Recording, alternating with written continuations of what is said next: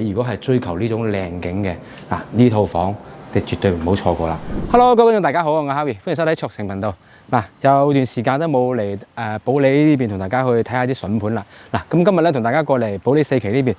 睇下啲筍盤。依家保利呢邊咧之前咧超市嗰度係停咗業嘅，後面近期先開翻重新開翻間超市咁亦都係一個非常之便利嘅有超市，起碼方便翻大家日常嘅生活買餸等等啲嘢咧，日用品咧都可以喺超市入邊滿足到大家，落樓就 OK 啦。咁另外咧呢邊咧就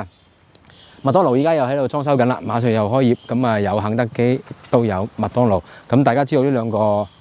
餐飲巨頭咧嚟得呢度開鋪嘅情況下咧，咁佢都係睇啱呢一區嘅一個入住率同埋人流，佢先至會定嘅店喺呢度所以話咧呢一區肯定係新區目前嚟講係最旺嘅一個區域啦，係啦。所以大家如果係想揾翻啲有超市嘅，落樓有超市亦都有餐飲。好多餐飲嘅前面嗰度1期嗰邊好多餐飲食嘢嘅地方亦好多，所以話呢邊生活咧係完全冇問題。大家係中意便利嘅咧，就可以睇下呢啲單位啦。咁今日同大家去睇呢套房咧，係一套非常之唔錯嘅房嚟嘅佢係一個鳳凰樓層嚟嘅，咁就係一個89平方嘅一個3房1衛。如果大家可以接受到1衛嘅情況下咧，咁不妨睇下呢套房。佢嘅景觀非常之靚有景觀追求嘅接受到4面積嘅，大家可以睇啦。佢長利湖、豔陽湖同埋西江3個景全部喺晒你眼底下嘅，非常之靚OK， 我哋而家嚟到小區呢度我哋上去4期，同大家去睇睇呢套房嘅情況先。依家上去實地同大家睇呢套房89平方39萬8。我哋先從最好嘅地方睇翻先呢套係一個3房1衛嘅單位嚟嘅，無坯交付。咁我哋先主要睇下佢嘅景觀啦。一個南向景觀主陽台。呢個位置洗衣機都可以擺呢個位置嘅，因為冇生活陽台我哋先睇到陽台呢個位置先。咁望出去咧，如果大家啱先正如開頭所講啦，如果大家中意靚景嘅情況下咧，呢個單位嘅景咧絕對係一流噶啦。基本上新區所有景觀你都可以全部望晒，無論西江、羚羊峽同埋整個豔陽湖包括左手邊呢度長利河景觀，全部都喺你嘅眼皮底下，全部望晒。非常之開闊呢個視野所以話咧，你如果係追求呢種靚景嘅呢套房，你絕對唔好錯過啦。雖然佢係3房1衛咁亦都有優點，亦都有缺點啦勁靚。缺點咧，佢就1個衛生間。如果你話1個衛生間都冇問題嘅，我就係中意呢啲景觀嘅真係可以睇睇格局嘅話咧，大家睇翻啦，都係一個傳統嘅一個格局嚟嘅一個樹廳嘅設計。入嚟咧，入戶門呢邊咧就係會有一個廚房啦。廚房呢幅牆係可以打嘅。無坯呢幅牆係可以打嘅，咁你睇下到時需唔需要將呢個廚房開喺嗰邊嘅門口，咁呢邊封翻佢，係啦，咁呢邊入戶就翻個廚房嘅話，可能會更加會好用啲，做翻個開放式嘅得，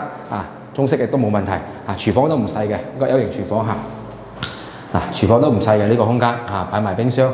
位置都係幾充足嘅，呢個係廚房位置，咁過嚟咧餐客廳就採光各方面咧就絕對係冇問題嘅啦，首先佢又係一個鳳凰層單位嚟嘅鳳凰層單位又唔係頂樓景觀咧就開陽冇遮擋嘛，所以佢採光度係冇問題。咁呢邊咧就係休息區一個衛生間啦，大家睇我見到啦，佢呢個衛生間咧就係洗手盆嘅位置，入邊就係乾濕分離同埋馬桶嘅位置啦，分開2個區域嘅可以改動後期，睇下你要唔要做埋一齊，建議都係分開會好使用啲。過嚟呢邊咧就係我哋嘅陽光房啦。陽光房咧，你擺米3床咧係絕對冇問題嘅，係啦。同樣大家過嚟睇翻陽光房望翻出去，都係非常之靚嘅成個長利湖可以望到晒喜來登你放煙花嘅時候咧，喺呢個地方睇咧就絕對 fit 啦絕對全部睇到晒嘅景觀都係陽光房景觀望出去都係超靚嘅呢個係第一間房呢邊咧就係第2間房。呢間都係同樣呢間房係可以擺到1.5米床嘅做唔到3面落地啦擺1.5米床可以整翻床頭櫃，跟翻嗰個陽光房嘅一個景觀都係望住長利河嘅佢3間房嘅景觀都非常之唔錯㗎，包括主陽台嘅景觀都係一樣。主陽房喺呢度主陽房你擺雙人床咧嗰邊做衣櫃3面落地係冇問題嘅擺埋2邊床頭櫃同樣啦，個飄窗係唔可以喐得㗎個飄窗唔打得，可以用翻佢睇翻跟翻主陽台嘅景觀望出去係非常之靚嘅鹽陽湖啊、西江啊啲景觀全部都係自己眼底下啊，而嗰個包括你對面前面嗰度華僑城嗰度啦，都係好開揚嘅，係冇遮擋嚇。所以話咧，追求啲靚景觀嘅嚇，大家可以睇翻。咁啊，當時呢套房單位咧，當時買翻嚟都非常之貴㗎嚇，因為佢有咁景觀。咁啊，現在咧嗱，業主39.8萬啊，非常之平啊！喺新區嚟講嘅話啊，咁你啱先所講到啦，樓下啲配套已經係非常之成熟嘅啊。如果你想加啲配套成熟，而且係可以有咁嘅景觀嘅情況下咧，嗱呢啲單位就大家真係可以去對比參考一下啦啊！咁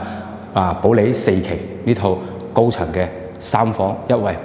靚景單位。如果大家感興趣嘅，可以 WhatsApp 揾我哋攞資料啦，39.8萬就可以成交噶啦如果大家感興趣，就聯繫我哋。咁我哋呢集咧就介紹呢度，我哋下集見，拜拜。